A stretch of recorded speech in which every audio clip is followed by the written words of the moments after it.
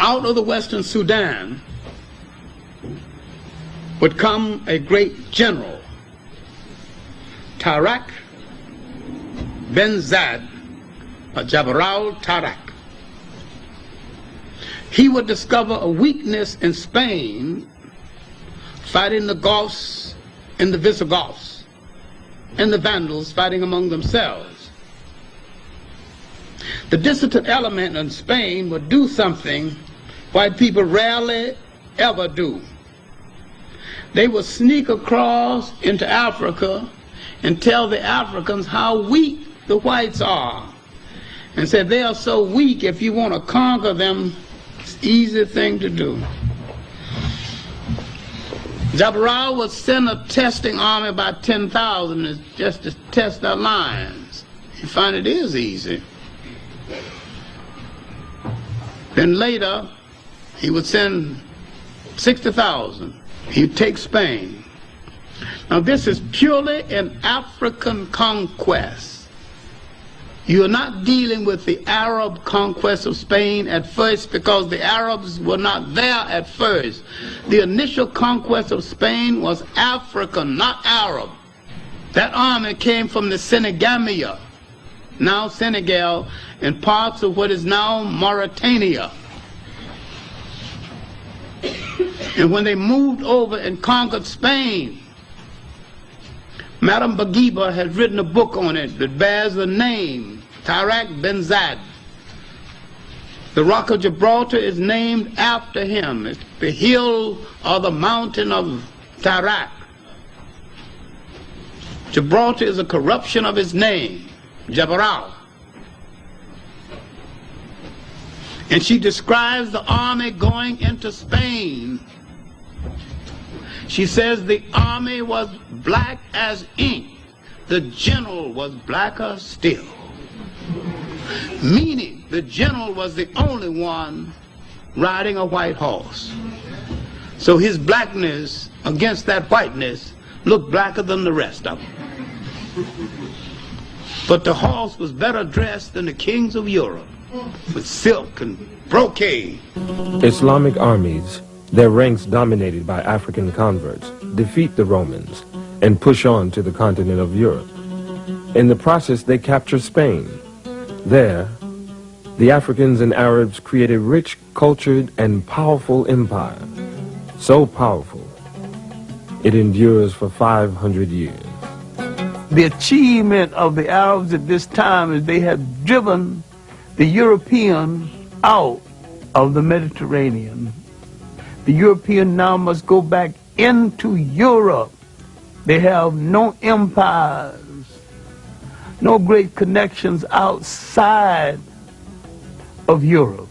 And because of this, they ultimately would go into a period called the Dark Ages. Militarily, the Africans took over Spain, and militarily, the Africans held Spain until 1240, while the Arabs did come in. But the military hold on Spain was African. Now let's look at the Africans and the Arabs, that combination called Moors in Spain. What did they do? For a while in history, there was only two great universities.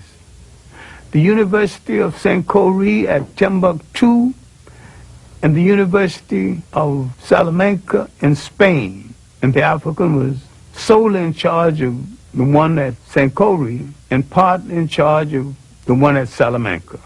They built public schools. They built public baths. They gave Spain the greatest civilization it has known before or since. They built a great university, Salamanca. They translated the great works of the masters of Europe, including a lot of works they had stolen from Africa. Europe had forgotten its own masters. The Africans translated it. But their performance And the partnership between the Africans and the Arabs and the Berbers in Spain was a long and beneficial partnership and a fine moment in their history and in world history. The African and the Arab and Islam had united and held Europe at bay for almost 1,000 years. It's showtime! Hurry, hurry, step right up! Introducing the star of our show! His name is Moors.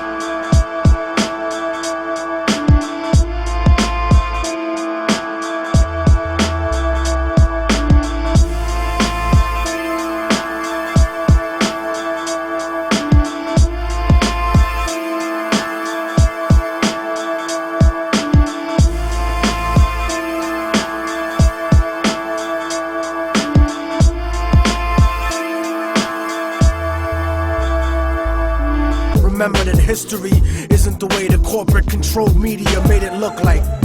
Read between the lines and free your mind. Revolution is the birth of equality and the antithesis to oppression.